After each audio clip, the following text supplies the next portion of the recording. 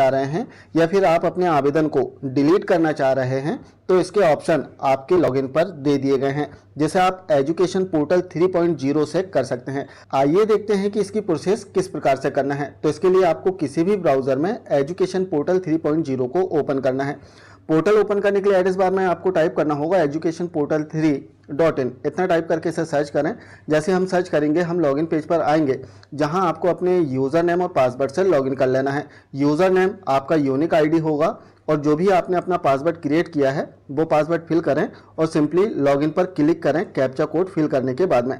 अब जैसे हम लॉगिन पर क्लिक करेंगे तो कुछ इस प्रकार का इंटरफेस आएगा, जहां आपको अपनी डिटेल दिखाई देगी। अब साइड में आप देखेंगे कि कुछ ऑप्शन दिए गए हैं लेकिन वो दिखाई नहीं दे रहे हैं, तो इसके लिए ऊपर जो एरो बना हुआ है तीर का निशान, इस पर क्लिक करें। इसके बाद में आप देखेंगे कि ट्रांसफर मैनेजमेंट का चौथा ऑप्शन आपको इसमें दिखाई देगा, इसे आपको ओपन कर लेना है।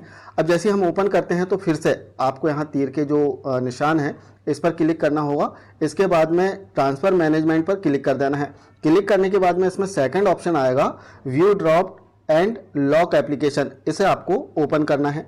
अब जैसे हम ओपन करते हैं तो हमारे द्वारा जो आवेदन किया गया है उसकी डिटेल यहाँ पर आ जाएगी। साथ में नीचे आप देखेंगे कि एक ऑप्शन नया ऐड किया गया है, सेंड OTP फॉर अनलॉक।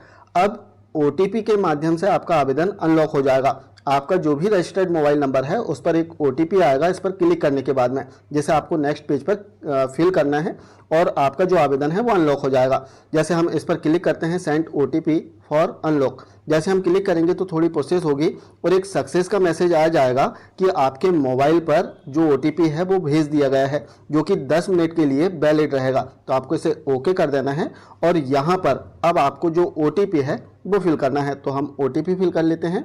अब हमने OTP फिल किया है, सिंपली अनलॉक एप्लीकेशन इस ऑप्शन पर हम क्लिक कर देंगे।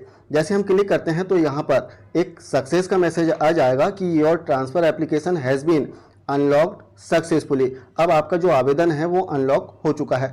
अब आप फिर से अपना जो आवेदन है वो कर सकते हैं, इसमें रीचॉइस फिलिंग कर सकते हैं या फिर अपने जो आवेदन है इसे डिलीट भी कर सकते हैं। अब यदि आपको फिर से आवेदन करना है या फिर अपने आवेदन को डिलीट करना है तो इसके लिए करना क्या है कि यहाँ पर व्यू ड्राफ्ट वाले ऑप्शन पर आप देखेंगे कि जहाँ पर आपने अप्लाई किया था ड्राफ्ट वाले ऑप्शन पर, वहाँ लास्ट में आपको डिलीट का आइकॉन मिल जाएगा। इस ऑप्शन पर क्लिक करने के बाद में आपने जो आवेदन किया है वो डिलीट हो जाएगा।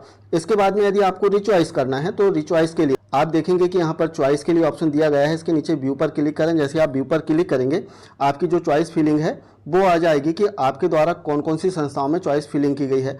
अब आप फिर से आप चाहें तो फिर से रिचॉइस कर सकते हैं कि आपको किन किन संस्थाओं में आवेदन करना है। उसके लिए आप चाहें तो यहाँ से जो ऑप्शन दिया गया है वॉलंटरी ट्रांसफ़र या फिर आप मैचुअल अप्लाई करना चाह रहे हैं तो मैचुअल ट्रांसफ़र के लिए जो ऑप्शन दिया गया है इस पर क्लिक करके आप अपना आवेदन कर सकते हैं।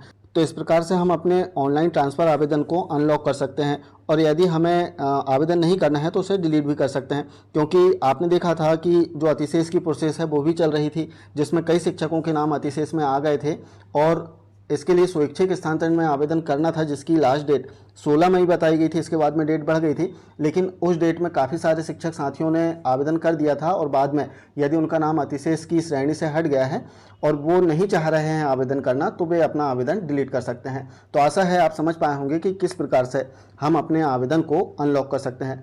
मिलते हैं कुछ इसी प्रकार की